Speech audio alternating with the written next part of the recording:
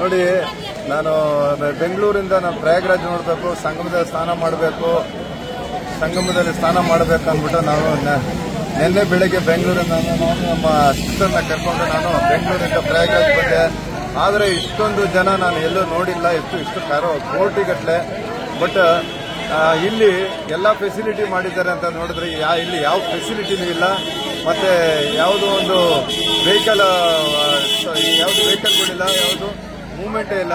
ಒಂದು 20-22 ಕಿಲೋಮೀಟರ್ ನಡಿಬೇಕು. ಆದರೂ ಕೂಡ ನಡ್ಕೊಂಡು ನಾನು ತೊಂದರೆಯಿಂದ ನಾನು ಬಂದೆ. ಆದರೂ ನಾನಂತೂ ಹೋಗಿ ನೋಡಿಕೊಂಡು ಇದು ಸಂಗಮ ನೋಡ್ಕೊಂಡು ಸ್ನಾನ ಮಾಡ್ತಾ ಬಂದೆ. ಆದರೆ ನಮ್ಮ ಸಿಸ್ಟರ್ನ ನಾನು ಕರ್ಕೊಂಡು ಹೋಗೋಕ್ಕಾಗಿಲ್ಲ, ಯಾಕಂದ್ರೆ ಅಷ್ಟು ಕೋಟಿಗಟ್ಟಲೆ ಜನ ಇದ್ದಾರೆ. ಅಲ್ಲಿ ಹೋಗಿ ನೋಡಿದ್ರೆ ಎಲ್ಲ ಕಾಲು ತುಳಿತಿದ್ರೆ ಸುಮಾರು ಜನ ಎಲ್ಲ ಗಾಯಗಳಾಗಿ ಬಿದ್ದೋದ್ರು. ಅದು ನೋಡ್ಬಿಟ್ಟು ನಮ್ಮ ಸಿಸ್ಟರ್ ನನ್ನ ಕರ್ಕೊಂಡು ಹೋಗೋಕ್ಕಾಗಿಲ್ಲ. ಅವ್ರ ಹೋಟ್ಲಲ್ಲೇ ಬಿಟ್ಬಿಟ್ಟು ನಾನು ನೋಡ್ಕೊಂಡು ಬಂದೆ. ಆದರೂ ಕೂಡ ನನಗೆ ಕಾಲೆಲ್ಲ ನನಗೆ ಏಟಾಗಿ